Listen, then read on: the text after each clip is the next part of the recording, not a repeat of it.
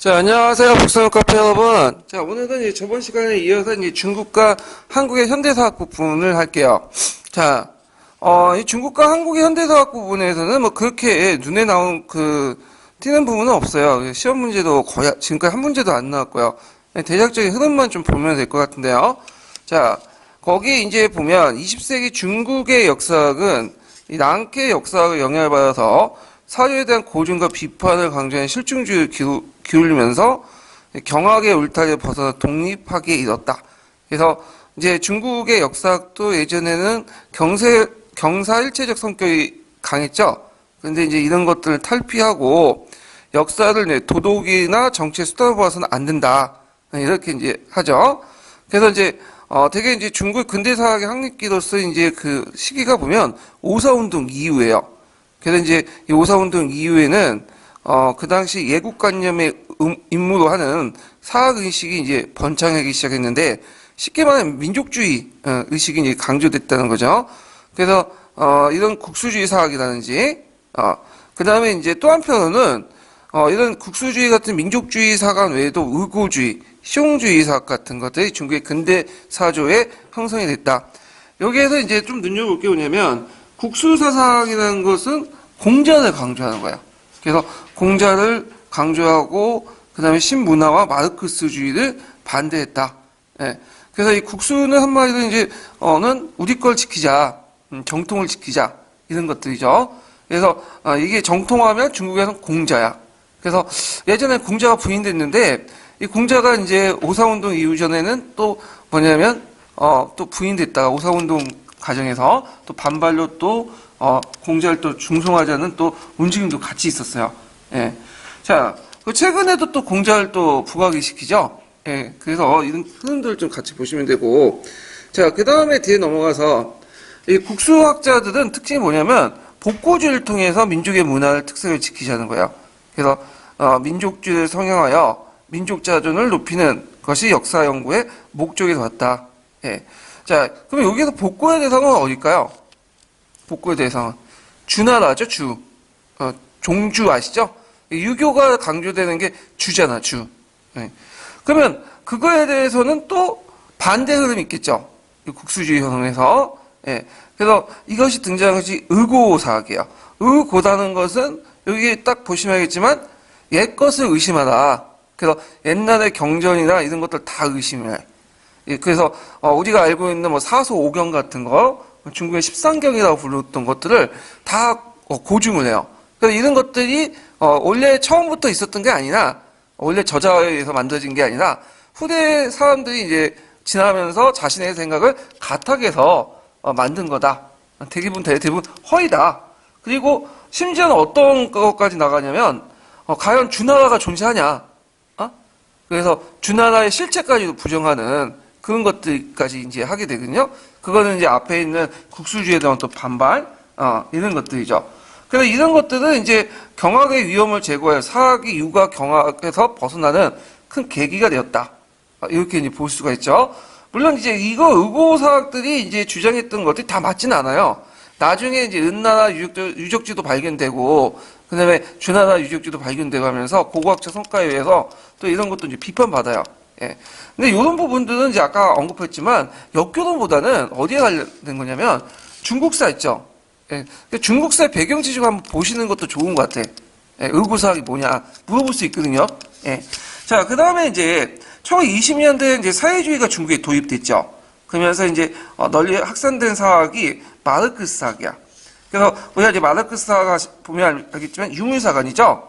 그래서 이제 역사 발전 단계를 중국 역사에 적용돼서 고대 노예제를 인정하고 상고부터 아편 인정까지의 중국 역사를 원시 공동체 사회, 노예 봉건제 사회, 그다음에 이제 고대 노예제 사회, 중세 봉건 사회로 이제 파악을 했죠. 그래서 이제 이런 것도 있고, 그다음에 부산형 같은 사람은 사료학파라는 사람인데, 요거는 좀 뭐와 비슷하냐면 문헌고증사하고 비슷해요. 그래서 사료와 고증을 중시하고 마르크스 이론을 비판했던 내용이다. 이렇게 이제 보시면 되죠. 그 다음에 이제 쭉 있다가 중화인민공화국이 수립되면서 마르크스 레닌주의 입장 강점이 이제 중국의 역사학에 본격적으로 도입을 되기 시작하죠. 그래서 이 기준에 따라서 중국의 역사 시대 구분이 시작해. 그래서 이제 뭐 한민족 형성 시기, 그 다음에 역사 발전의 진정한 농민전쟁, 봉건조 토지 소유제, 자본주의 맹하 시기, 시대 구분 논쟁들이 이제 있었다. 특히 이제 우리가 이제 눈여겨볼 것은 뭐냐면 자본주의 맹하 시기와 관련된 거야. 자, 우리나라도 조선후기 때 자본주의 맹하가 있었다고 했죠. 그래서 이제 왜 자본주의 맹하가 등장했어요? 그러니까 이제 우리가 강화도 조약 이전부터 그냥 내재적 발전론에 입각해서 자본주의 싹이 보였다는 거죠. 중국도 마찬가지야. 그래서 그 시대를 어디에 이제 정하냐면 명말 청초 시기로. 그래서 이제 중국 사학계에서는 명말 청초 시기가 상당히 강조되어 있고, 최근에 이제 우리나라에서도 그 중국에 유학 간 사람들이 많아요. 이제 예전에 일본에 갔거든요. 근데 요즘에는 중국 본토로 가. 그러다 보니까 중국의 어떤 시각에 영향을 받아가지고 이제 그런 관점에 초점을 맞춰가지고 시험 문제를 내요. 그래서 예를 들어갖고 뭐 예전에는 이제 아주 예전 객관식지는 동경학파니 뭐 경도학파니 그런 걸 되게 강조했어. 그럼 왜 그러냐면 강자 중국사 그렇죠.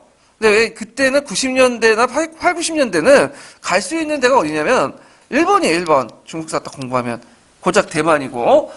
그러다 보니까 일본학계 시각이 상당히 영향을 미쳤거든요. 근데 최근에는 거의 일본 안 가. 중국 본토로 가지. 그러다 보니까 중국학계 시각이 많이 들어가 있고, 그래서 최근에는 이제 문제 경험은 중국학계의 경향을 좀 아셔야 돼. 이 부분은 동영상 볼 때는. 그래서 이 부분은 제가 좀 나중에 중국사 할 때 또 얘기를 해드릴게요. 자, 그 다음에 이제 문화대혁명 시기 때는 역사학이 정치 투쟁과 권력의 장악의 도구가 됐고요. 실제 역사 연구가 되지 않았다고 보시면 돼요. 모태통 사관이 아니라 판을 쳤죠. 그러다가 이제 문화대혁명이 끝난 다음에 개혁개방 이후에 전문적인 역사 연구가 심화됐다. 이렇게 이제 보시면 돼요. 근데 이제 개인적으로 볼 때는 뭐 역사 연구가 심화됐다고 해도 아직까지는 이제 그 마르크스의 유물사관 틀에서는 벗어나진 않아요. 얘네들 논리가. 예. 그래서 오히려 디테일한 측면에서는 일본 쪽이 더 발달됐어. 그래서 일본의 전문 서적들이 되게 많죠. 중국에 대한. 왜 중국에 대한 그 역사서를 일본 애들이 많이 연구하냐면 그 대륙 침략 시기 때 얘네들이 이제 중국을 침략하려면 뭘 먼저 알아야 돼요? 역사하고 지리를 먼저 알아야 돼. 그래서 역사학과 지리학 연구가 지역학이라는 명목으로 상당히 연구되기 시작했거든요. 그래서 그때 이제 여러분 강제 중국사 보시면 알겠지만 경도학파니 동경학파니 그런 개념들이 이제 학파가 형성되기 시작한 것이 1910년대부터 갖고 이렇게 일제 대륙 침략 시기하고 겹쳐요. 대부분. 자, 뭐 이렇게 이제 보고, 자, 그러면 이제 한국 근대 역사학을 보죠. 자, 한국 근대 역사학은 이제 일제 식민 지배가 현실에 나타난 상황에서 대두되고 경사일체 정통사학에 벗어나서 한국의 독자성을 찾기 시작했다. 그래서 경사일체 이제 정통사학에 벗어난 것은 물론 조선 후기 때도 그런 경향이 더 보여요. 그렇지만 근데 구한말 이후부터 이런 것들이 훨씬 더 뭐냐면 가속화되죠. 그래서 이제 정통사의 완화나 근대사회 형성이라는 시대적 변화나 항일, 독립운동 추진이나 민족적 과제에 직면한 근대 역사학은 일본 식민사학의 오염도 극복해야 된다. 우리가 이제 식민사학을 우리가 이제 일제 강점기 때 도입됐다고 이렇게 보고 있지만 실제 구한말 때도 상당히 많이 도입돼 있어요. 그래서 우리가 이제 알고 있는 현재 동국사학 있죠. 그 동국사학도 누구를 책을 근거로 했냐면 하야시의 조선사라는 책이 있어. 그 하야시의 조선사를 깔고 일단 만든 거거든요. 물론 그걸 100% 받아들인 건 아니지만 알게 모르게 또 영향을 받아요. 특히 어디 부분에 영향을 받냐면 고대사 부분 이런 부분에. 그래서 임나일본부도 인정하고 그러거든요. 예. 그래서 이제 그런 것들 한계가 남아 있는데 그래서 이제 신채호 같은 경우에는 이미 이제 독사신론이라는 그런 책에서 그 식민사학을 비판했죠. 예. 그래서 구한말 때부터 이미 조금씩 들어오기 시작해요. 자, 하여튼 식민사학의 내용이 뭐냐? 요거는 뭐 역교론하고는 관련이 없지만 한국사하고는 상당히 많이 나오죠. 사대주의론, 정체성론, 타율성론, 당파성론, 그 다음에 일성 동조를 통해서 식민통치를 정당화시켰다. 그래서 이제 사대주의론은 이제 여러분도 알다시피 이제 우리가 예전부터 중국을 숭배했다는 거죠. 그래서 있고 정체성론은 우리나라가 예전부터 고대에 머물렀다. 중세는 없다. 그 언제부터 이제 고대에서 갑자기 점프된 거야, 근대로. 이거는 강화도 이후부터죠. 누가 시켜준 거죠? 근대를 일본 애들이 시켜주는 거죠. 탈일성노는 우리나라 역사는 항상 외부에 의해서 왔다 갔다 했다는 거야. 그래서 항상 그 만선사관이라는 게 있죠? 그래서 우리나라 조선반도하고 뭐와 연결시켜? 만주와 연결시켜 설명을 한다든지, 이런 식으로 이제 얘기를 해요. 당파성론 같은 경우에는 우리 민족이 이제 망한 이유가 조선왕조 망한 이유는 이놈의 당파 때문이다. 항상 민족이 분열하기 좋아하고, 그렇기 때문에 그런다. 그래서 이 당파성론을 타파하게 등장한 것이 뭐예요? 붕당론이죠? 예. 이건 나중에 이제 한국사회 할 때 얘기하고, 일성동전은 뭐냐? 자, 이는 일본이고, 선은 조선이죠. 일본과 조선은 한 뿌리다. 같은 조상을 가지고 있다는 거야. 예. 그래서 이제 이런 내용들을 구성되어 있어요. 이 자세한 내용은 제가 한국사 때 또 얘기할게요. 그 다음에 이제 한국 근대사학 같은 경우에는 1930년대에 신민사학에 대응해서 이제 사회경제사학, 민족사학, 실증사학이죠. 요거 하나하나가 한국사는 다 중요해. 기출에 자주 나오는 부분이죠. 자, 뭐, 신채호, 박은시 같은 민족사학을 이제 강조했는데, 이들은 이제 어디 역사를 강조하면, 우리나라도 그래도 좀 잘 나갈 때가 언제예요? 상고사, 고대사죠. 예. 그래서 일제시대나 아니면 위훈정 때, 이 고대사를 상당히 강조했어. 예. 그래갖고 여기에서 이제 정통성이나 주체성, 자주성, 우월성, 이런 것들에서 저항운동의 어떤 정신이 바탕이 됐다. 그래서 이런 사관들 뭐라고 하냐면 간년사학이라고요. 뭘 강조하냐면 정신적인 것들 강조해요. 우리 민족의 어떤 정신, 그 다음에 난가사상, 이런 것들 강조하죠. 물론 그 실체가 없어요. 이런 거 어린이 난가사상이냐 하는 것들은 실체가 없는 거예요. 솔직히 말해서. 그렇지만 그것은 그 어느 정도 기능적 역할을 했어요. 왜냐하면 1920년대, 30년대 이제 민족 운동 내에 분열이 일어나잖아요. 그리고 이제 일제 저항하려면 어떤 단념적인 어떤 구심점이 필요하죠. 그러니까 사회 통합이나 일제 저항 수단으로서 상당히 유용하게 썼다. 자, 그래서 이제 민족사학 같은 경우에는 한국 사회 발전의 원동력, 한국의 고유한 정신 세계를 찾았으며 예국심, 자강정신을 통해 사회 발전을 깨하는 사회 개혁론을 주장했다. 근데 이제 얘네들도 문제가 좀 약간 있어. 사회 진화론적 견해를 강조해요. 사회 진화론적 여러분들 알다시피 약육강식의 논리를 강조하는 논리잖아요. 서구 제국주의자들이 이제 주장했던 건데, 이것들이 이제 우리나라에서 받아들여.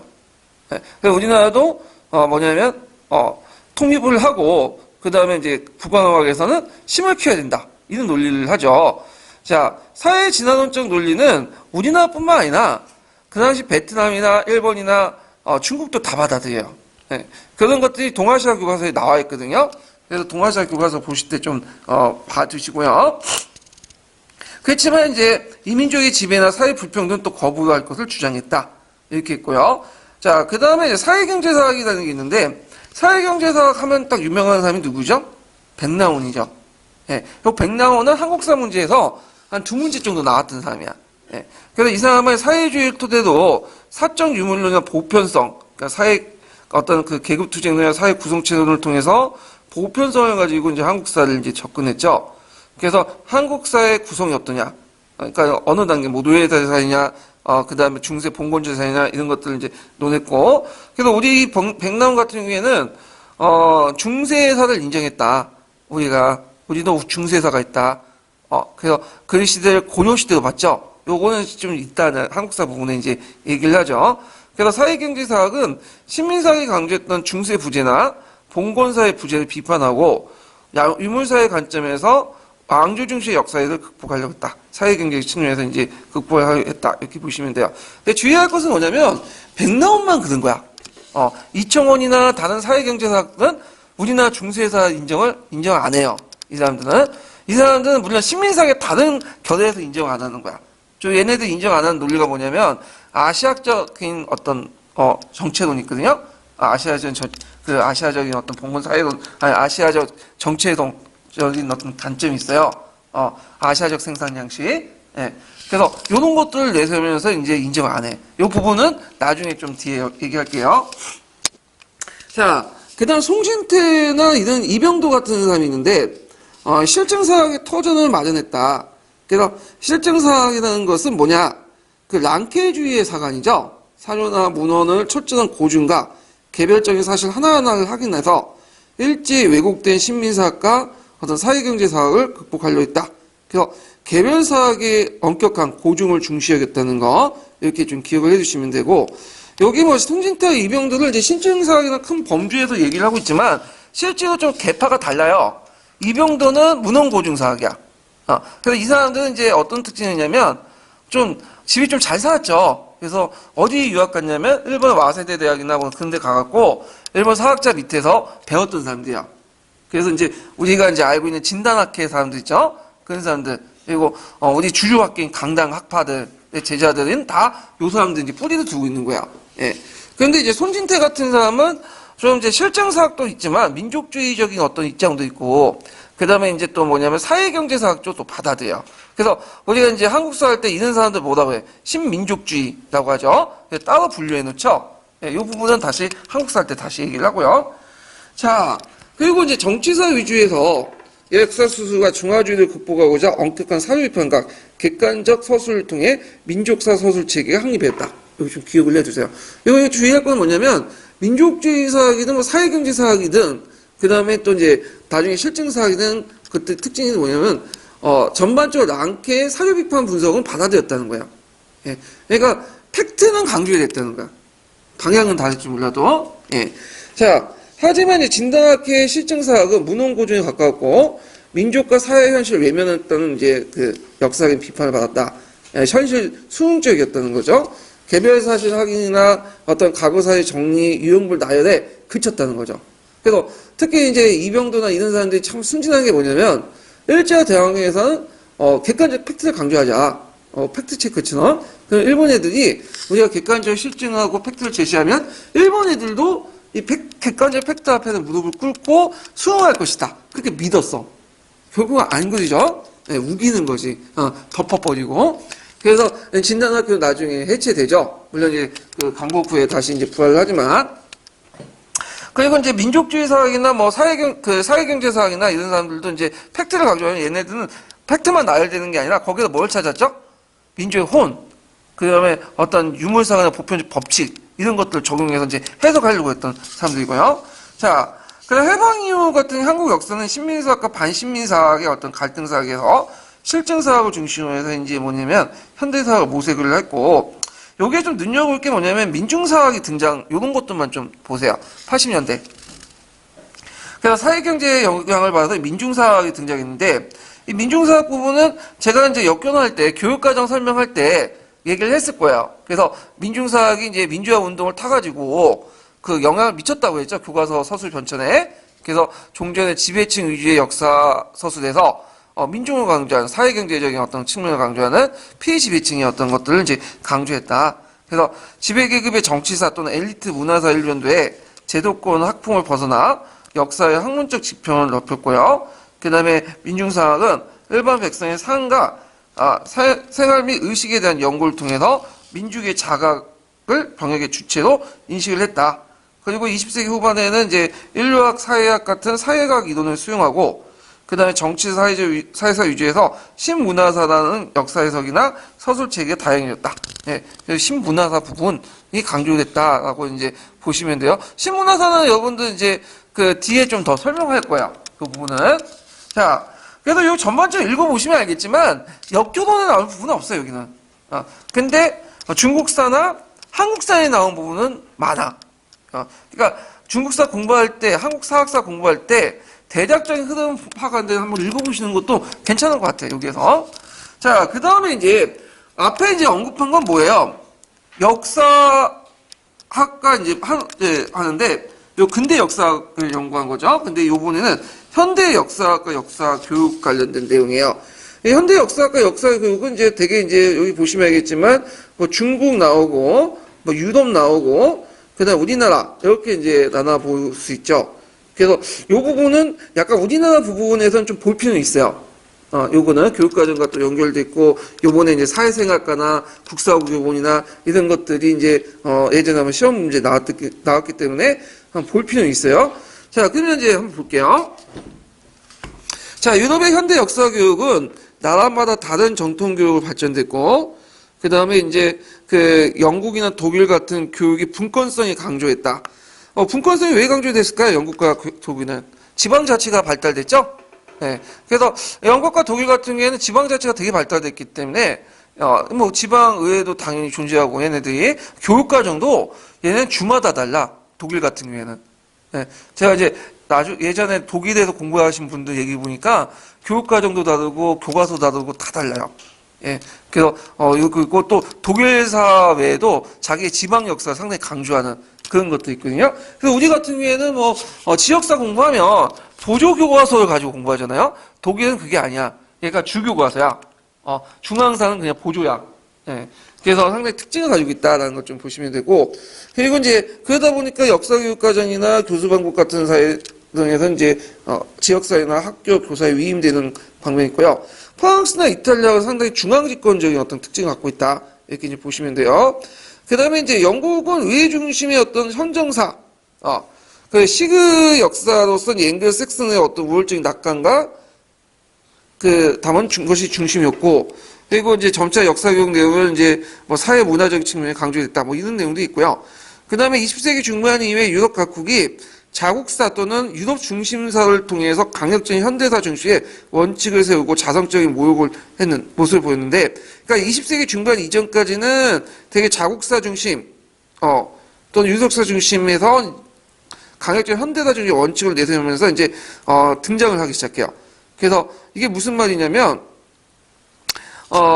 그 예전에는 이제 역사 공부할 때 자국사를 되게 강조하거나 아니면 유럽 통합사를 이제 강조하는 그런 모습들을 이제 보였는데, 이런 것들이 이제 어떤 모습을 이제 보이냐면 그런 것이 아니라 현재 문제를 해결하고 미래를 전망을 해주는 어떤 문제 해결력을 높이는 그런 역사론이 바뀌었다. 이제 정체성 함량보다는 실용적인 목적으로 바뀌었다. 이렇게 해석을 하시면 되겠죠. 예. 그리고 이제 여기에서 이제 20세기 초반까지 이제 어떤 모습 중에 하나가 뭐냐면 유럽 중심의 강력적인 현대사. 이건 뭐예요? 통합교과서거든요. 물론 지금도 통합교과서 있는데 예전에 이 통합교과서 유럽의 전반적 목적한 그 통합교과서 만드는 움직임이 이미 1차 세계대전 전후로 해가지고 있었어. 그래서 이것이 예전에 한번 기출문제 나왔거든요. 그게 03년 기출문제 나왔어요. 아마 논문책에서 낸 것 같은데 요거는 좀 나중에 그 기출문제 풀어보면서 좀 얘기를 할게요. 자, 그 다음에 뭐 역사교육에서 뭐 연대사 중심에서의 강의 시기에서 학사 중심 바뀌고 이런 것들이 있고, 뭐 밑에는 이제 한계가 있죠. 여전히부터는 읽어보시면 되고요. 자, 중국 현대사학을 보죠. 자, 중국 현대사학은 연구범위가 확대돼요. 그래서 내용이 심화되고, 여기 현대사학은 몇 년부터 현대라고요, 중국에서는? 국공내전이 끝난 후 공산당이 집권한 1949년 이후부터 이렇게 이제 그것을 말하는데, 여기에서는 이제 범위가 그렇게 결정된 게 아니라, 읽어보시면 알겠지만, 여기 현대사학은 그 중국 개항 이후부터 얘네들 이렇게 잡고 있는 것 같아요, 지금. 읽어보면. 하여튼 이렇게 보면, 자, 경학과 과거제도가 몰락하고 각종 신식학교에서 역사 과목이 설치돼요. 그래서 역사 교육이 체계적으로 실시됐고, 초등수학에서 역사 과목은 학생들이 중국의 문화 유래 및 선정을 알게 되고 충해의 근본을 이루고 선언의 발자침을 본받는 그런 것들을 요구했다. 그래서 당대사 및 세계사 교육을 중시해서 부국의 뜻을 도모하고 예국심을 고취시키는 게 역사 교육의 목적이 됐다. 그리고 이제 정치사 중심의 역구 정통과 민족 자존심을 교양하기 위해서 역사 교육을 지속되었다.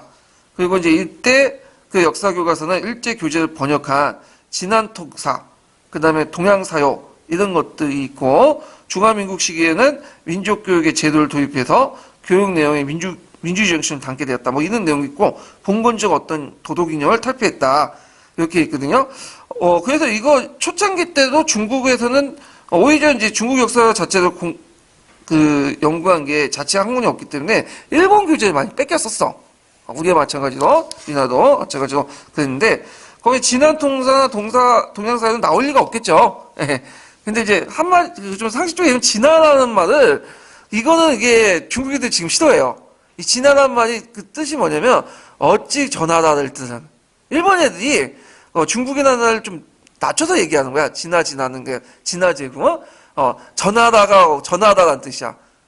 그러니까, 그건 좀 약간 문제가 있는데, 하여튼 이런 것들을 이제 뺏겼었다는 거죠. 자, 그 다음에 이제 중화인민공화국은 당연히 어디겠어요? 유물사관에 입각한 거죠. 그래서 유물사 간에 입각한 어떤 역사 진보와 인간관계를 강조하는 역사서 수 있었다. 자, 그러면 이제 중국 건너뛰고 이제 우리나라를 보죠. 우리나라 부분부터 이제 중점적으로 봐야 돼요. 여기가 이제 시험 문제 좀 나오니까. 자, 20세기 초 우리나라 역사 교육은 민족사서와 세계사적 서적을 간행을 통해 민족의식을 기르는 데 주력했고, 특히 약소민족의 고난과 저항운동, 민족주의에 의한 국가 통일운동, 역사적 위인 정기, 역사적 가호를 위한 민족의 비극을 다루는 세계사적 어떤 서적을 통해 역사의 교훈을 얻고자 했다. 그래서 그때 역사 같은 경우에는 뭐냐면 되게 민족운동을 하거나 그 다음에 위기를 극복하는 그리고 나라의 멸망을 다루는 국권회복에 관련된 것들이 많아요. 그래서 되게 일본이 예전에 일본 서적을 많이 뺏겨가지고 번역을 했어요. 그 일본 서적도 외국에 영어로 되어 있는 서적 있죠? 뺏긴 거야. 중어하고 중국 번역한다고 하죠? 그래서 이제 이탈리아 독립사라든지 이탈리아 건국 삼국전, 노마사, 그 다음에 월남망국사, 보불전쟁기 뭐 이런 것도 있고, 특히 월남망국사는 많이 익혔던 책이에요. 예. 이 월남망국사는 누가 썼어요? 판포이초우가 쳤죠? 판포이초우가. 그래서 판포이초우가 썼는데, 원래 판포이초우가 쓴 건 아니고, 양계초하고 판포이초우가 얘기한 내용이 있어요.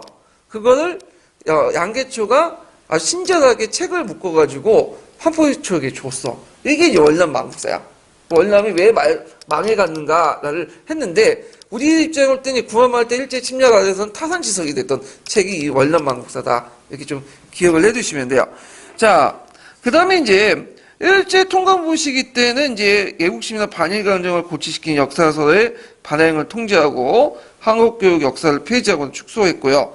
그 다음에 통감부가 금지한 교과서 중에 서학교 독본과 역사교과서 가장 많고 특히 동국역사, 동국사작, 만국사기, 외국교과서도 발행이 금지됐고 했다는 거. 그럼에도 불구하고 이제 미국 독립사, 예국급세사, 월남마국사, 을지문덕전 이런 것들이 많이 발행됐다.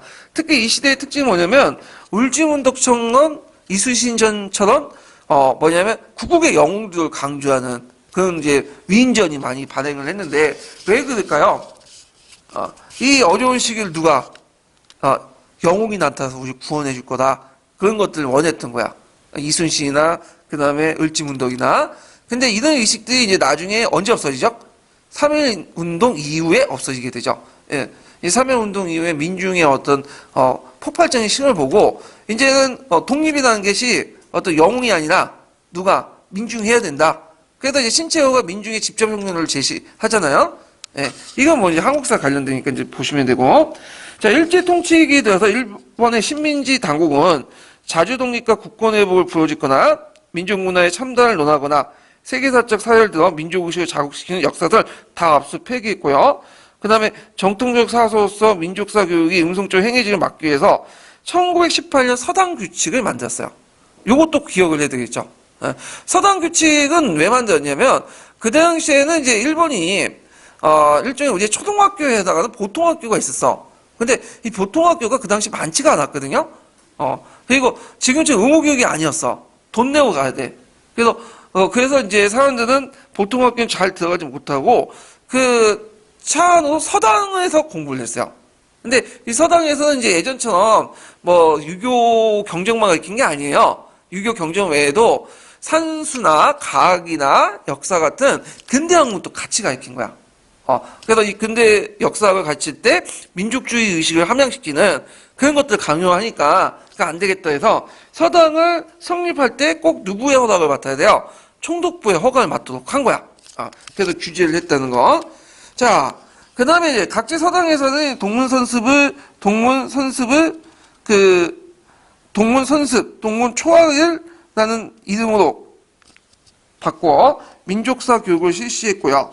그 다음에 이제 3.1운동에 이제 일제가 문화통치를 했죠. 요거는 조선교육론과 관련된 내용인데, 일제가 이제 3.1운동 이후에 2차 조선 개정을 조선을 통해서 원래 4년이었던 것을 보통학교 몇 년으로 했어요? 6년으로 확대됐죠? 그때 이제 보통학교나 고등보통학교의 역사 과목을 편성해서 했지만 일본사 중심이었다. 그래서 한국사도 일본사 전개 과정에서 중간중간에 끼워 넣을 정도예요. 그래서 이제 박혁거세, 신라통일 등 이런 8가지 항목 정치사 중심으로 가족적으로 다뤘고 체계적인 조선교육을 이루지 못했고 그리고 독자적인 우리나라 책이 없었어. 그래서 이제 파란책에 보면 거의 전반적으로 1차 조선경영부터 4차 조선경영까지 한국사가 실시된 것이 언제 때냐면 1차 조선경 개정 때부터요. 그래서 제가 이제 그 역교훈 할 때 좀 얘기했을 텐데 그때 이제 심상보통 교학 소재 그러니까 심성 뭐냐면 보충 교재라는 게 있어. 심성 보충 교재. 그래서 이 심성 보충 교재 가지고 이제 조선사를 공부했거든요. 네. 근데 이거조차도 곧바로 없어지고 어떻게죠? 2차 조선경영은 한국사를 배우되 일본사 같이 배워. 그리고 3차 조선경영이 아예 없앴죠. 한국사를. 예. 자, 하여튼 이렇게 있고 중일전쟁 이후에 조선어 선택 과목이 돼요. 언제 됐죠, 이거? 조선경영 몇 차 조선경영이에요? 1938년 이후에 3차 조선경영이죠. 수의 과목이 떨어졌죠. 초등학교는 이미 그 전부터 안 배우고 있었고 중학교 때는 이제 아예 선택 과목이 됐고 그 다음에 일본사를 국사단위로 필수화됐고 그 다음에 한국 시민을 자각을 통해서 강력 역사교육이 됐다. 그래서 대개 이제 조선경영에서 국사란 거, 본국사라는 거는 어디를 의미할까요? 우리나라 역사가 아니에요. 일본사요. 일본사. 네. 자, 해방 이후에 보죠. 해방 이후에 각지에서 이제 한글 및 국사 교육을 위한 강습회가 열었죠. 그래서 진단학회가 발행한 책이 있는데 국사 교본이라는 책이야. 그래서 이제 민족의식을 고취시키기 위해서 했는데 원래 이제 해방 딱 되니까 그 국사를 가르치는 국사가 제대로 가르칠 리가 없죠. 교과서가 없는 거야. 그래서 임시방평처럼 뭐 그 당시에 국어라든지 사회라든지 국어는 이제 사회나 그런 책들은 일제가 남겨준 교과서 있죠. 그런 것들 잘 재활용했어. 그래서 좀 문제가 되는 건 지워버리고 그러다가 이제 미 군정도 이게 이제 뭐냐면 교과서가 없다. 한국민들 좀 뭐냐면 제대로 된 그 자기 역사 알려주자. 그래서 진단학회 부탁을 했어. 그래서 진단학회가 최초로 만든 체계적인 교과서 국사교본이에요. 그래서 이 국사교본은 예전에 한번 시험 문제 나왔던 거죠. 나올 가능성이 있어요. 자, 그러면 국사교육에서 강조하는 게 뭐냐? 자, 국사교육은 유구한 민족사의 정통을 강조하기 위해서 단권인의 고대사를 강조했다는 거. 예. 그래서 이 고대사가 비중이 몇 %냐면 60%야, 넘어. 왜 우리나라가 그래도 그때까지 좀 잘 나갈 때가 강개토대왕, 뭐 장수왕, 다 고대사에 집중돼 있잖아. 그 다음에 고대사를 강조했고, 그 다음에 뭐 사회경제사라는 개념이 없어요. 이건 나중에 도입된 개념이고, 주로 어떤 중심일까요? 정치사야, 정치사. 그리고 이 정치사도 상당수가 뭐가 있냐면, 당쟁이라든지 이런 것들을 강조하는 신민사관이 반영돼 있어요. 물론 이병도나 이런 사람들이 이제 교과서 만드는데 우리 민족이 열등하기 때문에 그런 것들 강조해야겠다 그런 생각을 만든 건 아니에요. 그 사람들도 나름대로 민족의식을 가지고 만드는데 문제는 그 사람들이 누구한테 배웠어요? 일본 사람한테 배웠잖아. 그러니까 알게 모르게 뭐냐면 그게 받아들인 거야. 그리고 그 제자들도 뭐야? 또 받아들이고. 그래서 이런 것들이 지금도 이제 잔존하고 있는 거죠. 자, 그 다음에 이제 군정기 때를 거쳐갖고 이제 역사 과목을 이제 보면, 군정기 때 이제 교수 요목기라고 아시죠? 그래서 교수 요목기 이번에 시험 문제 나왔잖아요. 그래서 이제 미군정 때 이제 자기가 이제 뭐냐면 한국의 교육정책을 실시하려니까 얘네들이 이제 문제가 된 게 뭐냐면 잘 모르거든. 그러니까 미국 본토에서 실시하고 있는 그 어떤 주위에 이제 교수 요목기 하나 교육과정 뺏겨와가지고 이렇게 실시된 것이 이제 이때 때인데 요번에 여기 나왔던 거죠. 그 역사 과목을 사회생활과에 속하겠다. 요번에 줄쳐놓은 거 나온 거죠. 사회생활과. 예. 그래서 사회생활과 안에 무슨 과목을 편제해놨죠? 역사, 지리, 공민. 공민은 지금 일사죠. 그래서 이게서 이제 지금 우리가 이제 북송 사회과에서 나오는 그 기본적인 과목 못해. 여기에서 나온 거야. 기본적인 과목 편제가. 예. 자, 그래서 역사교육은 초등학교 5학년에서 6학년 때 이제 실시했고, 중고등학교 때는 이웃나라 생활, 그 다음에 우리나라 생활, 이웃나라 생활, 먼 생활 같은 또는 우리 문화사, 인류 문화사를 배웠다. 이때 중고등학교는 이제 우리처럼 이렇게 중학교, 고등학교가 분리됐던 게 아니라 하나 더 합쳐졌어요. 그냥 5년제일 거야, 아마 그때. 그래갖고 이제 우리나라 생활, 어디 나라일까, 이거 우리나라 생활. 당연히 한국사죠. 그 다음에 이웃 나라 생활 어디 있어요? 동양사, 먼 나라 생활은 서양사. 요번에 과목 명칭 쓰라고 나왔죠? 요거 외워두시고요. 자, 그 다음에 이제 요때 그 국사교과서는 대체 왕조사 중심이었다. 참고로 그 이제 진단화폐가 발행된 국사교본 외에도 요때는 교과서가 많이 발행됐어요. 그래서 우리가 이제 그 3차 교육과정 있죠? 3차 교육과정 전, 그러니까 교수 용어기에서 2차 교육과정 교과서 체제는 특징이 뭐냐면 국정이나 범정이 병행됐어. 그러니까 교과서가 상당히 많았어. 예. 근데 이것이 이제 3차 교육과정 이후부터 어떻게 돼요? 국정화되면서 한 가지 바뀌고 그 후에도 이제 뭐냐면 7가지, 8가지 정도 이렇게 아무리 검정을 해도 그 정도죠. 근데 그 당시엔 중구난방 많았어, 그냥 교과서가요. 자, 하여튼 뭐 공통적으로 그 교과서 특징을 보면 왕조사 중심의 어떤 통사적 내용이었다. 그 다음에 여기도 이제 고대사를 강조했고, 국사교보처럼 이제 거의 고대사 60%인 교과서가 많았고요. 그 다음에 이런 것들이 있다는 걸 좀 기억을 해두시면 되고, 자, 1955년에 1차 교육과정이 발표된 이유, 1차 교육과정이 이승만 때죠. 국사를 필수 과목으로 해놔요. 왕조 중심의 시대사, 정치사들 교육했고, 그 다음에 이때 특징이 뭐냐면, 이건 뭐 이승만 정권 때도 그렇고, 그 다음에 박정희 정권 때도 그렇고, 최근에 박근혜 정부 때도 그렇고, 이 국사교육을 뭘로 이용하려고 했죠? 어떤 정치적 목적에 있다 이용을 하려고 했어. 그래서 이제 예국예족, 특히 반공민족, 민주, 그다음 민족의식, 경제발전, 이런 것들을 포방했고요.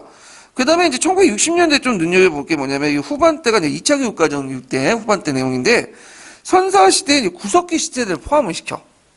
이거 상당히 의미가 있는 거야. 예전에 이제 어떻게 이제 서술됐냐면, 금속 번용기라고 했어. 요때 금은 뭐예요, 금은? 청동이나 철기죠. 용은 석은 뭐죠? 신석기야. 그러니까 청동기, 철기, 신석기를 같이 번용했던 시기라고 기록을 했단 말이야. 그러다 보니까 청동기와 철기 시대가 구분이 안 돼. 신석기도 구분이 되겠어요? 구석기, 신석? 신석기 구분이 안 되죠. 네, 신석기, 청동기, 철기가 구분이 안 돼요. 왜 이런 표현을 했냐면, 이것도 신민사학의 잔재예요. 왜냐, 일제 애들이 이제, 일본 시대 때는, 그 당시에는 이제 일본 애들이 구석기가 없었어. 일단, 물론 이제 나중에 1940년대 후반 들어와서 이제 이하츠쿠 이제 유물이 발견돼서 일본에도 구석기가 있었다고 했잖아요? 그런데 일본 애들이 이제 주로 이제 고고학자들이 우리나라 이제 발굴하면서, 고고학을 발굴하면서 동강지인에서 구석기 유적지를 발견한 거야. 그걸 밝혔을까요? 덮었을까요? 덮었죠. 왜? 일본이 지금 구석기가 없는데 한국 구석기가 있을 수 없죠. 그러니까 구석기가 없는 거야. 얘네들은 한국 구석기 없어요. 신석기도 없어. 청동기도 없고 철기도 왜 없었을 거야? 일본 애들은 신석기 시대는 있다. 잠깐 말 잘못했는데 신석기 시대인데 청동기하고 철기 시대가 없어. 왜 없냐면 일본 애들은 신석기 있죠. 무슨 시대요? 조몽식이라고 들어봤죠. 이게 신석기 시대야. 근데 얘네들은 야요이 시대라고 해요. 청동기, 철기 시대라고 하네. 왜 그러냐면, 야요이 시대는 신석기와 함께 청동기, 철기를 같이 번영했던 시기야. 그래서 그때 쿤이나 이런 것들이 등장했죠. 왜 그렇게 했냐면, 일본에서는 자체적 청동기, 철기를 만들지 못해요. 처음에. 어디에서 왔죠? 한반도에서 온 거야. 한반도에서. 그러니까 청동기 돌아오자마자 곧바로 철기도 같이 왔어. 그러니까 청동기와 철기를 이렇게 구분할 만큼 시간적 어떤 거리감이 공통성이 없는 거야. 이 시대는. 그러니까 얘네는 그냥 금속 번용식이라고 하고 이 시대 우리는 그냥 야요이 시대라고 하죠. 일본 사회에서는. 마찬가지로 우리나라도 그런 식으로 묶어놓은 거야. 우리나라도 구석기는 없고 신석기 거쳐서 금속 번용식을 넣은 거야. 청동기와 철기가 같이 신석기가 같이 했던 그런 식으로 서술했는데 이제 발굴 결과 어떻게 돼? 구석기 유적지가 발견되죠. 남한 내에서도. 예. 그리고 이제 청동기 시대라는 게 있다는 걸 알게 된 거야. 그러면서 우리가 알고 있는 금속기, 구석기, 신석기, 청동기라는 개념이 요때 이제 60년대 들어온 거야. 이거는 그동안 이제 고고학적 성과들이 어떻게 해요? 교과서 서술에 반영이 됐다. 요런 것도 좀 기억을 해두세요. 그 다음에 1960년대 이제 들어와서는 조선의 내부 사정을 이제 가장 자생적 발전론, 내재적 발전론 있죠? 이런 것도 이제 조금씩 반영되기 시작했다. 예. 그래서 교육과정 관련된 내용에서 중요한 부분이니까 좀 파악을 해두시고, 요번에 이제 나오는 교육과정 2점 문제도 제 생각에는, 15년 개정교육과정 안 나올 것 같고요. 요번에 작년이나 재작년처럼, 파란 책이나 이런 내용이 이제 그 교육과정 있죠. 예전 교육과정. 이런 거 나오니까 이런 것도 같이 파악을 해두시면 좋을 것 같아요. 자, 그 다음에 이제 1970년대 들어오면 요번에도 시험 문제 나왔는데 3차 교육과정 때 국사를 독립교과로 분리시켰죠. 그래서 교과서도 이제 국정으로 당인화시켜서 발간 공급했다. 그래서 국사가 이제 사회과에서 나왔죠. 그래서 이원적으로 운영이 됐죠. 그래서 이제 그 세계사는 사회교과에서 가르치고 국사는 어디에서 가르쳐요? 네? 국사과에서 독립교과가 됐고, 이런 이원적인 그 뭐냐면 체제가 언제까지 가요? 3차, 4차, 5차까지 가죠. 예. 그 다음에 이제 국정도 예전에는 이제 교과서도 3차 이전까지는 국정과 검정이 병행했다고 했죠? 예, 국정으로 이제 단일화시키고요. 그 다음 주체성 확립이 국사교육의 목표가 되고, 그 다음에 민족적인 어떤 자부심과 긍지를 가질 수 있도록 민족 문화나 민족 정통의 우수성을 심어줄 수 있는 것들 강조했다. 자, 1980년대 넘어가 볼게요. 80년대는 이제 전두환이 통치했던 시기야. 요때 이제 특징이 뭐냐면, 그 파란 책에도 한번 나왔지만, 1982년에 일본에서 이제 그 호쇼사에서 만든 교과서 중에 그 어떤 이제 일본의 신민사각이나 한국의 어떤 통치를 미화시키는 그 내용이 있어요. 이 교과서 같은 건 통과되면서 우리나라에 큰 영향을 줬죠. 자극을 받았고, 거기다 또 민주화 흐름이 나타나면서 민중사관들이 등장을 하게 돼요. 그래갖고 이때 이제 교과서의 특징은 좀 뒤에 바뀌겠지만 5차 때 정근대사의 어떤 지배층 위주를 서술했던 점이 이제 비판받고요. 근현대사가 사회주의 계열과 민족운동이 배제됐죠. 그리고 이제 이런 것들이 비판받으면서 나중에 5차, 6차 들어가면서 어떻게 돼요?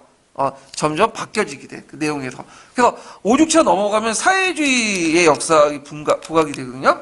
네, 그래서 6차, 7차 넘어가면서인데 예전에 전두환 통치기 때는 그런 것들이 도저히 있을 수가 없어. 참고로 영훈영 같은 사람 있죠? 유명한 사람. 영훈영은 제가 초등학교, 중학교, 고등학교까지 배운 적이 없어. 아마 이게 5차 때도 안 나온 것 같아. 영훈영은. 그러다 6차, 7차 넘어가면서 조금씩 언급되기 시작한 거야. 6차, 7차 넘어서. 그래서 이제 2008년도인가? 그 영훈영이 뭐냐면 독립훈장을 받은 적이 있어요. 근데 상당히 의미가 있는 게 뭐냐면 우리나라에서 사회주의자로서 최초로 뭐냐면 그 훈장을 받은 사람이 영훈영이야.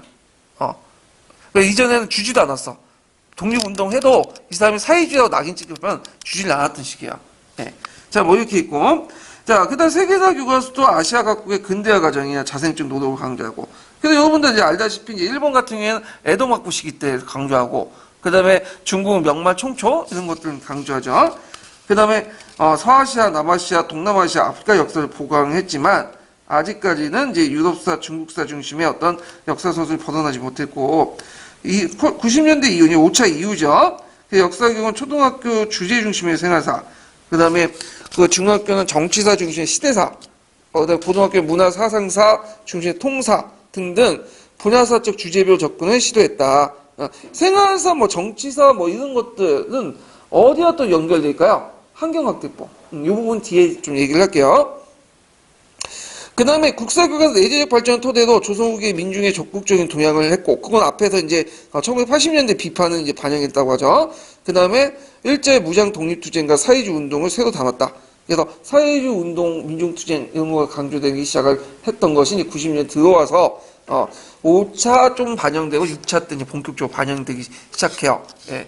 자, 그 다음에 이제 포스트 모던 역사학과 역사 교육을 이제 넘어갈게요.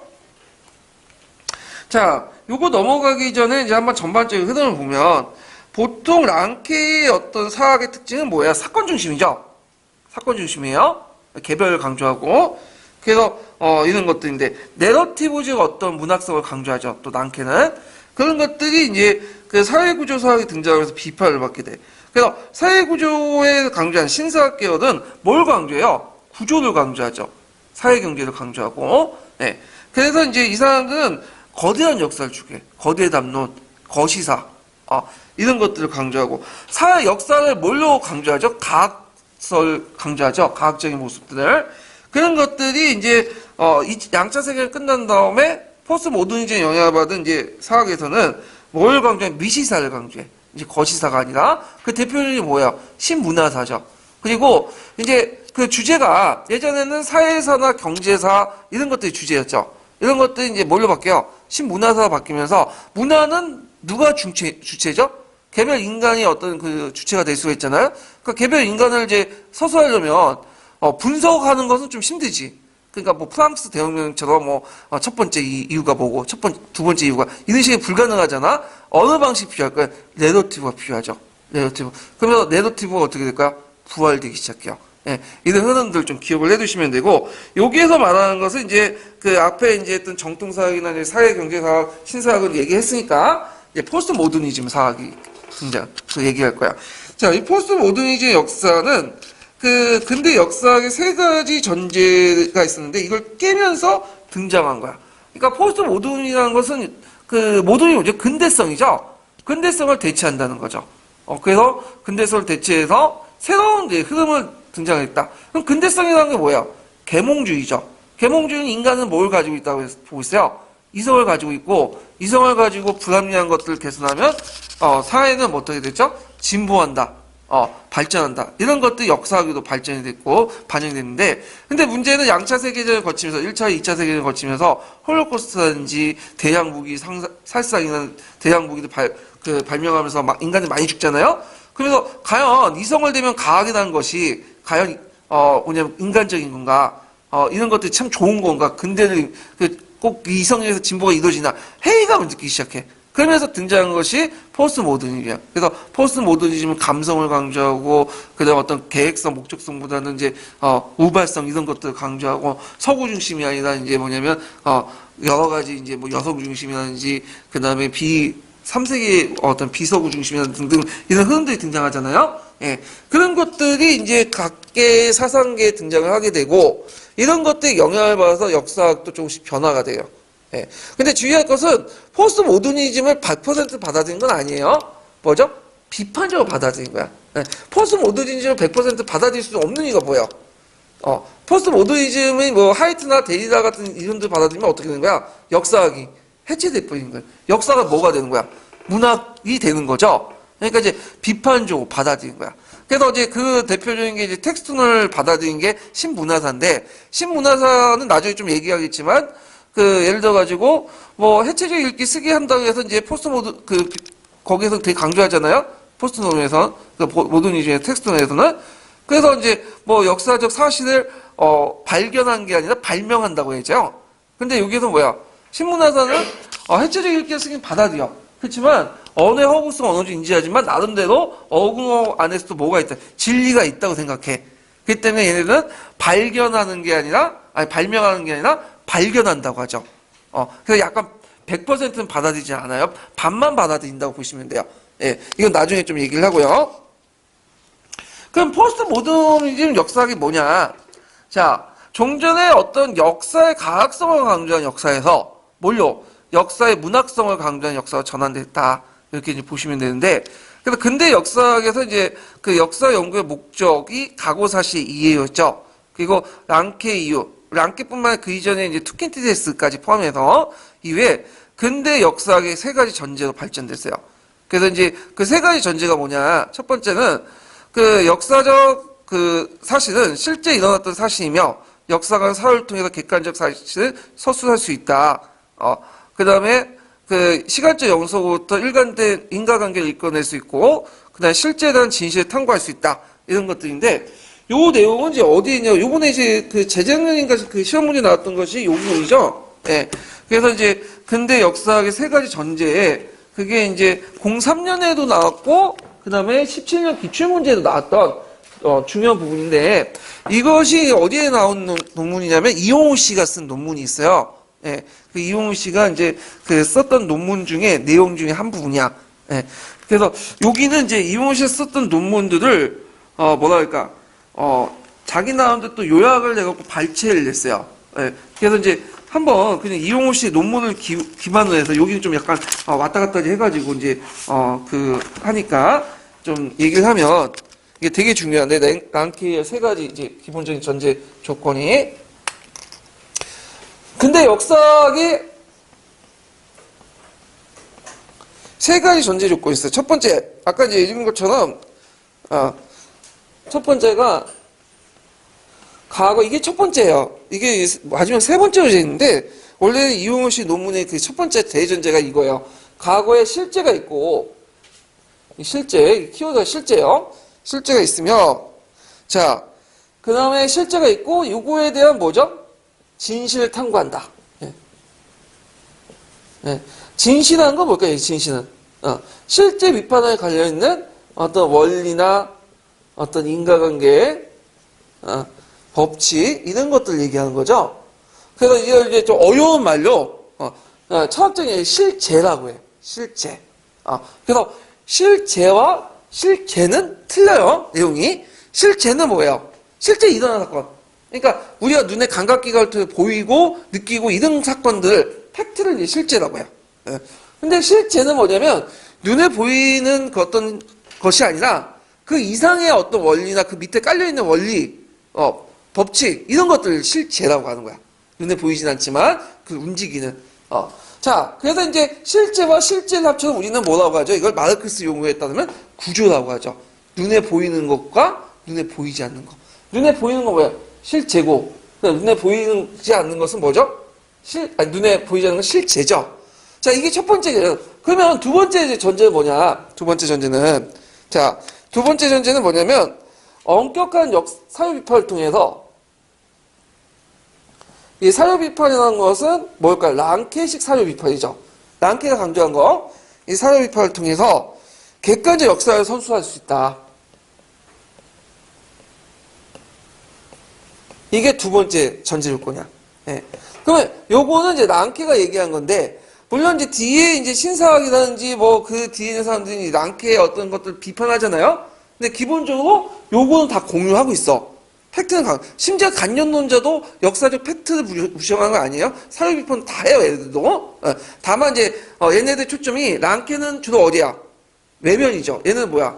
내면을 강조한다고 뿐이지. 예. 자, 그래서 이제 두 번째 조건이 있고, 두 번째 조건, 세 번째 조건은 뭐냐면 이제 세 번째는 뭐냐면 역사 설명에 있어서 계기적 인과성, 인과관계, 계기적 인과관계나 기원. 이때 기원은 뭘까요? 기원은 네? 원인이죠. 원인의 탐구가 있어요. 자, 그러면 여기 이제 세 가지 전제 조건이에요. 예, 근대 역사학에. 그러면 제1 전제가 뭘까요? 제1 전제가 첫 번째죠. 예, 과거의 역사적 실제가 있고 그 실제에 뭘 탐구한다? 진실 탐구하는. 그럼 요 팩트, 실제 눈에 보이는 팩트는 뭘 통해서 알 수 있는 거죠? 엄격한 사유 비판을 또 객관적 역사 연구를 통해서 알 수 있는 거죠. 일단 눈에 보이는 실제는 알아야 될 거 아니야. 예. 그 다음에 그 실제를 탐구했어. 그러면 어떻게 해? 그 밑에 진실을 밝혀야 되죠. 눈에 보이지 않지만 이 실제적인 모습들을 발견해야 되죠. 원리나 인과관계나 어떤 법칙성. 그래서 역사를 설명하는데 계기적 인과성, 기원, 탐구 이런 것들이 필요해요. 그런 것도 연결되는 거예요. 자, 그래서 이제 이런 것들이 근대 역사학의 기본적 정제다. 그래서 예전에 시험 문제 나왔잖아요. 그래서 크게 이제 투킨티데스부터 우리가 생각할 랑케를 비판한 신사학 계열, 그 다음에 우리가 이제 역사학자는 아니지만 햄페 같은 이런 사람들 있죠? 다 객관성 이런 전제들 공유하고 있는 거예요. 얘네들이.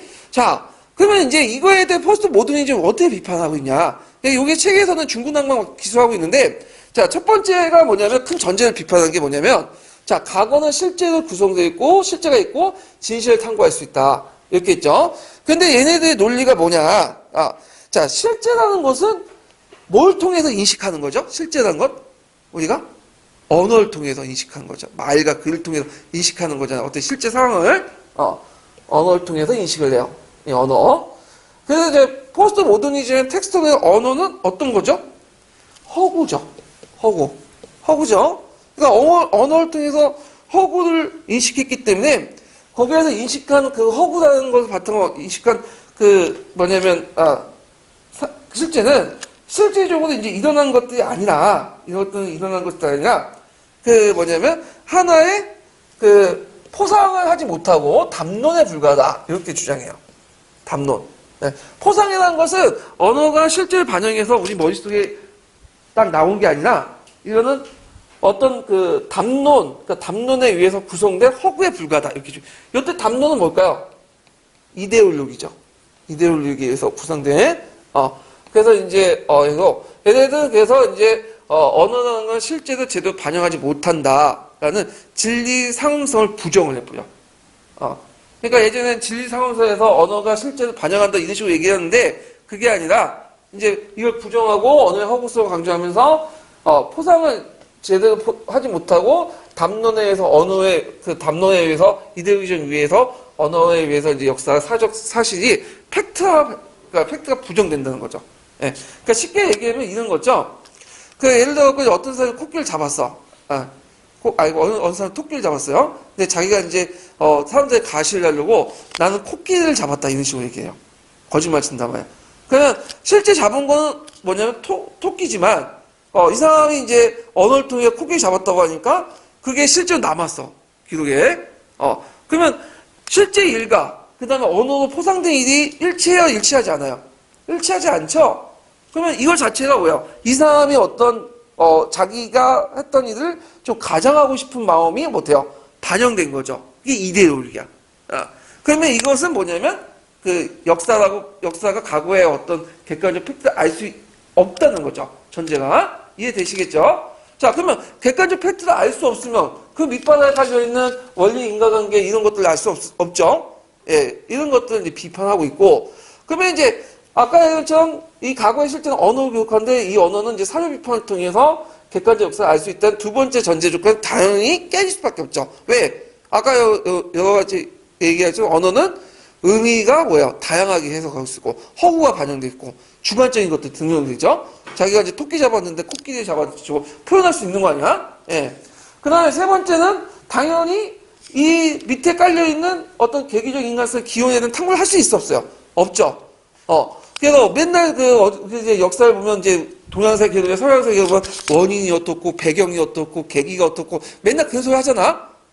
이게 다 근대 역사학의 어떤 서술 방식인데 근데 실제로 이런 것들이 첫 번째, 두 번째 전제 조건이 빼지기 때문에 세 번째도 있을 수가 없어. 다만 이제 어떤 사건들이 실제 일어난 거는 뭐 때문에 일어난 거야 이거는. 어떤 계기가 되고 기온이 되고 배경이 일어나고 있어서는 게 아니라 그냥 우연히 일어난 거야. 불확실하게. 그래서 나비 효과라고 아시죠? 그래서 이제 나비가 이제 뭐냐면 북경에서 한번 팔랑거리니까 그게 우연찮게 뭐냐 건너가지고 뭐야. 그 뉴욕에서는 태풍이 돼버린 거야. 그렇죠. 이렇게 원인과 기원과 탐구를 이제 하는 것은 인간이 그런 것도 찾고 싶은 그런 마음에서 나타난 거지 실제 이런 것들이 존재하지 않는다. 그래서 이제 이런 것들 좀 기억을 해두시면 돼요. 그래서 이제 언어의 허구성을 이제 강조하는 사람들이 어떤 사람이면 하이트 들어보셨죠? 하이트. 예. 하이트나 그 다음에 델리다가 있어요. 델리다. 유명한 이제 그 철학자거든요. 예. 문학 이론가고. 이 하이트나 델리다 같은 사람들은 엄연히 역사학자 아니야, 이 사람들은. 이 사람들은, 역사학을 이제 근대 역사를 비판하는 과정에서 이제 문학적 이론이나 자신의 어떤 철학적 관점에서 얘기를 하는 거예요. 예. 자, 그 다음에 요런 계기적 인간성, 기원성을 비판하는 사람이 뭐냐면 미셸 푸코라는 사람이 있어요. 사회학자도 되게 유명한 사람이거든요. 이 사람이. 예, 푸코 같은 사람들. 예. 이런 사람들은 이제 뭐냐면 근대 역사의 세 가지 전제 조건을 부정한다. 그러면 이런 것들이 근대 지금 현대 들어와서 이제 뭐냐면 많이 영향을 줘요. 이런 것들이 그 미시사라든지 신문화. 그렇지만 근본적으로 얘네들도 요 틀에서 크게 벗어나진 않아. 다만 비판적으로 받아들인 거야. 비판적. 그 요 틀은 유지하되 비판적으로 어떤 받아들이는 거죠. 예. 그래서 이제 이런 것 요 틀은 말 잘못했네. 이 틀은 이제 뭐냐면 일부 부정하지만 근반적 얘네들은 기반적으로 사실은 팩트는 강조해요. 그래서 나중에 신문화사 같은 경우에 이제 보시면 알겠지만, 얘네들은 이제, 여기 보면 첫 번째, 두 번째는 좀, 인정하거든요? 사회비판이나 분석이나. 근데 얘네들 인정 잘 안 하는 게 뭐냐면, 역사 설명의 계기적 인간성이나 이런 것들, 원인, 배경, 이런 것들은 잘 안 따져. 그래서 이제 신문화사는 뭐만 따지냐면, 눈에 보이는 형상들만 따지고, 그 속에 어떤 의미만 찾으려고 해. 예. 그래서 전반적인 거대 구조 담론은 해체시키려고 하죠. 예. 그래서 이런 것들, 이제 이런 세 가지 전제 조건 중에 한두 가지만 유지하고, 나머지는 버리는, 이런 식으로 이제 영향을 주는데, 하여튼, 요거 외워두세요. 요거 꼭 기억해야 돼요. 이건 시험 문제 나오니까. 자, 그러면 이제 한번 정리를 해보면, 첫 번째가 이제 전제 조건이 뭐라고 했죠? 근대 역사학의 대전제가 과거는 실제에 대한 진실에 탐구하며, 그래서 이걸 통해서 보편적 역사를 지향한다고 했죠. 근데 이게 제대로 안 되는 게 뭐냐면, 그 하이트가 얘기했는데, 실제는 뭘로 기술돼 있어요? 언어로 기술되고, 테스트는 과거죠. 그래서 실제로 있는 사람들이 그대로 기록하지 않아. 아까 얘기한 것처럼, 토끼를 잡았는데 자기가 어떤 것을 가장하게 해서 코끼리를 잡았다. 이런 식으로 얘기할 수가 있는 거고. 그 과정에서 이제 일종의 담론이 형성되는 거야. 담론은 뭘로 구성해서 자기의 신념이나 이데를 위해서 구성이 된 거죠. 그러니까 실제를 반영하지 않는다. 그러다 보니까 당연히 그 언어를 구성된 것들이 제대로 반영되지 못한 그 밑에 있는 진실을 탐구할 수 있을까요? 없을까요? 없죠. 그래서 이제 앞부분에 이제 부분에 이제 구체적으로 이 팩트를 알기 위해선 그 두 번째 전제 조건도 무너지게 되죠. 엄격한 사회 비판 활동에 해당했을까요? 안 되죠. 양캐식의 논리가 왜? 언어라는 것은 일시적이고 임의적이고 유동적이고 다의적이죠. 주관적이고. 예. 그래서 사로부터 추출한 어떠한 서술도 엄밀한 역사가 될 수가 없어. 다 거짓말이야. 담론이고. 그리고 이것들이 거짓말이기 때문에 그 밑에 있는 깔려있는 뭔가를 찾을 수 있어 없어요? 없죠. 그래갖고 이제 계기적 인간성의 기원에 대한 그 비판을 받고, 대표적인 사람이 미셸 푸코인데, 이 사람의 논리가 뭐냐? 하나의 기원 대신에 여러 가지의 출발점을 발굴하고, 불연선적이고, 우연적이고, 그 다음에 역사라는 것은 그 예전에 근대의 역사학처럼 뭐 단계적으로 발전된 게 아니죠. 뭐 마르크스식으로 원시 공동체 사회, 뭐 고대 노예제 사회, 중세 봉건제 이렇게 발전된 게 아니라, 이질적 비연설 파열적인 복합체야. 도식화시킬 수 없어. 어떤 무중력적 역사가 존재하지가 않아. 예. 그래서 이제 있고, 이런 것들은 다 뭐에 입각한 거다. 다 억압적인 통제적인 서구식에 불과하다. 서구식 역사관에 불과하다. 그래서 서구에서는 항상 이런 것들을 강조하면서 자신이 제일 발달된 사회이기 때문에, 그리고 이거는 필연적으로 어떤 역사의 동력이기 때문에 우리가 제국주의 침략을 할 수밖에 없었고, 너희들이 우리의 침략을 받아들일 수밖에 없고, 너희들이 우리의 사회 구조를 받아들일 수밖에 없다. 이런 식의 논리를 제시한 거죠. 그래서 자신의 사회가, 자본주의 사회와 시민사회가 뭐예요? 최고의 선이며 최고의 발전 단계고, 너희들은 후진적이기 때문에 그에 맞춰 생각하고 그에 맞춰 역사의식을 가져라. 뭐 이런 식의 논리를 이제 피게 되는 거죠. 그래서 요 세 가지 전제 조건 꼭 외워두시고요. 요 세 가지 전제 조건의 비판 내용들 좀 외워두세요. 이걸 좀 체계적으로 알려면 남색 책도 읽어보시면 알겠지만, 남색 책은 딱 읽어보면 왔다 갔다 해. 이 논리가. 근데 이제 그 이용호 씨의 그 논문 책을 읽어보면 체계가 돼 있어요, 이거에. 그래서 제가 이제 이거 끝나고 이용호 씨 논문을 이렇게 첨부를 해놓을게요. 그걸 읽고 요거 읽어야지 좀 약간 이해가 빨라지거든요. 예. 원본을 읽어야지. 자, 그래서 이제 이 포스트 모더니즘의 역사학에 대해서 전반적으로 제가 이제 한번 얘기를 했어요. 예. 자, 그럼 포스트 모더니즘의 역사의 구체적인 내용들은 다음 시간에 할게요. 요 부분은요. 예. 벌써 이제 1시간이 넘어갔기 때문에, 예. 다음 시간에 좀 쉬었다가, 이제 하죠. 다른 걸.